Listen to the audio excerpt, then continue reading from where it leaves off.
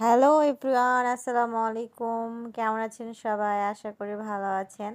তো আজকে আমরা যাচ্ছি নদীর ধারে শাক তুলতে, সাঞ্চি শাক যেটাকে বলে। আজকে হঠাৎ শাক খেতে ইচ্ছে হয়েছে, তো আমি আর শামিমা ভাবি দুইজনে মিলে নদীর ধারে যাচ্ছি শাক তুলতে।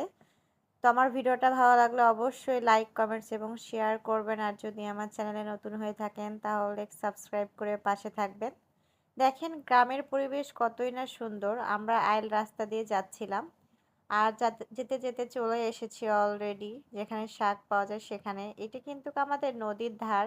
এই যখন নদীতে অনেক পানি থাকে তখন এই জায়গাগুলো ডুবে থাকে, কিন্তু এখন যেহেতু নদীর পানি কমে গেছে তাই এগুলোতে শাক হয়েছে অনেক সুন্দর সুন্দর। এই যে যেমন দেখছেন ঘাস, এই ঘাসের ভেতরে কিন্তু শাক, আর আশেপাশে এগুলো হলো ধইঞ্চা ক্ষেত। আপনারা চিনেন নাকি জানি না, আমাদের এলাকাতে এটাকে ধইঞ্চাই বলে, এক এক এলাকাতে হয়তো এক একটা বলতে পারে। তো এই শাকগুলোকে আমরা সাঞ্চি শাক বলি। এই শাক ভাজিটা আমার খুবই ভালো লাগে। তো দেখেন শাকগুলো কত সুন্দর দেখতে, শাকগুলো এত কচি কচি আর চিকন চিকন ছিল। এই সাঞ্চি শাক চিকন চিকনই অনেক টেস্ট হয়। আমি একটু বড় বড় কেটে নিচ্ছিলাম, কেননা বাসায় গিয়ে এগুলো আবার সুন্দর করে বেছে নিব তাই। তো আমিও শাক তুলছিলাম, আমার ভাবিও শাক তুলছিল। একটু করে ভয় লাগছিল যদি পোকামাকড় বা সাপ টাপ থাকে, যেহেতু কিছুদিন আগে এই পাশগুলো পানিতে একদম ডুবে ছিল তাই একটু ভয় লাগছিল। আর আমার যেহেতু এগুলোতে তেমন একটা নামার অভ্যাস নেই তাই আমার একটু বেশি ভয় লাগে। তাই আমি বসছিলাম না, হেঁটে হেঁটেই শাক কেটে কেটে নিচ্ছিলাম হাত দিয়ে। আর এদিকে শামিমা ভাবি আমার থেকে অনেক বেশি শাক তুলে ফেলেছে। তো আজকে আমার আম্মু আব্বু কেউ বাসাতে নেই, সবাই চলে গেছে বগুড়া আমার বড় আপুর বাসাতে। আমার বড় আপুর ভাসুর মারা গেছে তাই সবাই ওখানে গিয়েছে। তো আমার বাসাতেই ছিলাম শুধু আমি আর আমার ভাবি, তাই ফোন দিয়ে আমার ভাবির মাকে আমার ভাবি ডেকে নিয়েছে। আন্টিকে ফোন দেওয়ার সাথে সাথে আন্টি চলে এসেছে বাসাতে। এসে দেখি আন্টি অলরেডি হাজির, তাই শাকগুলো আন্টিকে বাছতে দিয়ে আমরা বাকি সব কাজগুলো শেষ করছিলাম। আর পাশে আমার হাজব্যান্ড সোনাকে বসিয়ে রেখেছি। দেখেন এটা হলো আমাদের গ্রামের বাড়ির বাহিরের ভিউটা, কত সুন্দর। আকাশে খুব সুন্দর মেঘ জমেছে আর হালকা হালকা রোদও রয়েছে। বিকেলবেলার পরিবেশ এমনিতেও গ্রামে দেখতে অনেক সুন্দর লাগে, আর চারিপাশ সবুজের সমারোহ, নতুন ধান হয়ে উঠতেছে মাত্র, দেখতে অনেক ভালো লাগে। তো পাশেই আমার ছেলেটাকে বসায় রাখছিলাম, তো ওকে একটু কোলে নিলাম। কোলে নিয়ে ও ক্যামেরা দেখলেই অনেক আনন্দ পায়, আমি এর আগের ভিডিওতেও দেখিয়েছি। ও ফোন দেখলেই খুশি হয়ে যায় আর হাসতে লাগে, তাই ওকে একটু ফোনে দেখাচ্ছিলাম ওর মন ভালো করার জন্য। তারপরে ওকে আবার বসিয়ে রেখে খেলনা করার জন্য একটা গামলা দিয়ে দিলাম যেন ও খেলে।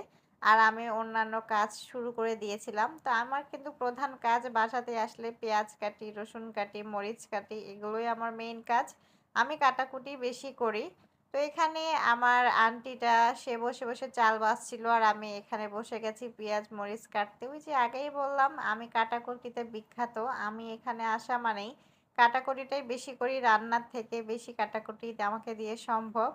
তো আমি পেঁয়াজ মরিচ কাটছিলাম আর এদিকে শামিমা ভাবি সে সব কিছু জোগাড় করে নিচ্ছিল রান্না করার জন্য। অলরেডি 5টা বেজে গেছে, তাড়াতাড়ি রান্না করতে হবে, তাছাড়া সন্ধ্যা লেগে যাবে। তো এখানে ভাত বসিয়ে দিয়েছে অলরেডি, আর এই পাশে সে রসুন থিতলা করতে বসে গেছে, পাটাতে থেতো করে নিবে রসুনগুলো। আমি তারপরে বসে গেলাম চুলাতে জাল দেওয়ার জন্য, কেননা ভাতের চুলাটা নিভে যাচ্ছিল বারবার। তাই আমি আজমান বাবুকে নিয়ে বসে গেছি চুলাতে জাল দিতে। ভাতটা তাড়াতাড়ি হয়ে গেলেই শাক ভাজি চড়িয়ে দেবে। আজকে রান্না হবে শাক ভাজি আর কুমড়ো পাতার বড়া। তো আজকে আমি কুমড়ো পাতার বড়া আর কুমড়ো ফুলের বড়ার ভিডিওটা দেখালাম না। আজকে যেহেতু আমি শর্টকাটে ভিডিওটা শেষ করে দিব, তাই আজকে শুধু শাক ভাজিটাই দেখাচ্ছি। তো ভাতটাও অলরেডি হয়ে এসেছে, দেখেন ভাতে বলক চলে এসেছে। এই চুলাটা অনেক জলে, খুব তাড়াতাড়ি ভাত তরকারি সব হয়ে যায়। এই দুইটা হাঁস দেখতেছেন, এটা হলো আমার আম্মুর হাঁস, অনেক ডিম পাড়ে রেগুলার। তো এখানে শাক বাগার দেওয়ার জন্য বসিয়ে দিয়েছে শামিমা ভাবি।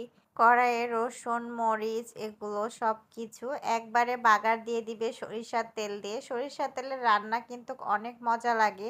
একে তো টেস্ট লাগে, আর দুয়ে গ্যাস্ট্রিকের কোনো প্রবলেম হয় না। আমাদের বাসাতে সরিষার তেলেই রান্না বেশি হয়, যেহেতু সরিষার তেল বাসাতেই ভাঙানো হয়। আমার আব্বু আমার ভাই এরা সরিষা করে, আর যদি কোনোবার নাও করে সরিষা কিনে হলো ভাঙিয়ে নেয়। কারণ বাসার তেল খাওয়ার মজাই আলাদা, সয়াবিন তেল খেলে অনেক গ্যাসে ভরপুর। তো তো শাকটা বসিয়ে দিল একবারে বাগারে, তাড়াতাড়ি রান্না শেষ করবে তাই। আর একটু লবণ দিয়ে দিল যেন তাড়াতাড়ি শাকটা সেদ্ধ হয়ে যায়। এদিকে শাক রান্না হচ্ছে আর এইদিকে আমি আজমানের বাবাকে খাওয়াচ্ছিলাম আর ভিডিও করছিলাম। তো আজকে অলরেডি শাক রান্না প্রায় হয়ে আসতেছে আর সন্ধ্যা লেগে গেছে। তাড়াতাড়ি রান্না করে আমরা সবাই ভিতরে চলে যাব। তো আজকের ব্লগটা কেমন লাগলো অবশ্যই কমেন্টস করে জানাবেন। ভালো লাগলে একটা লাইক, কমেন্টস এবং শেয়ার করবেন। আর যদি আমার চ্যানেলে নতুন হয়ে থাকেন একটা সাবস্ক্রাইব করে পাশে থাকবেন, যেটা আমি বরাবরই বলে আসি। নেক্সট টাইম আবার দেখা হবে নতুন কোনো ভিডিও, নতুন কোনো ব্লগ নিয়ে। সে পর্যন্ত আল্লাহ হাফেজ।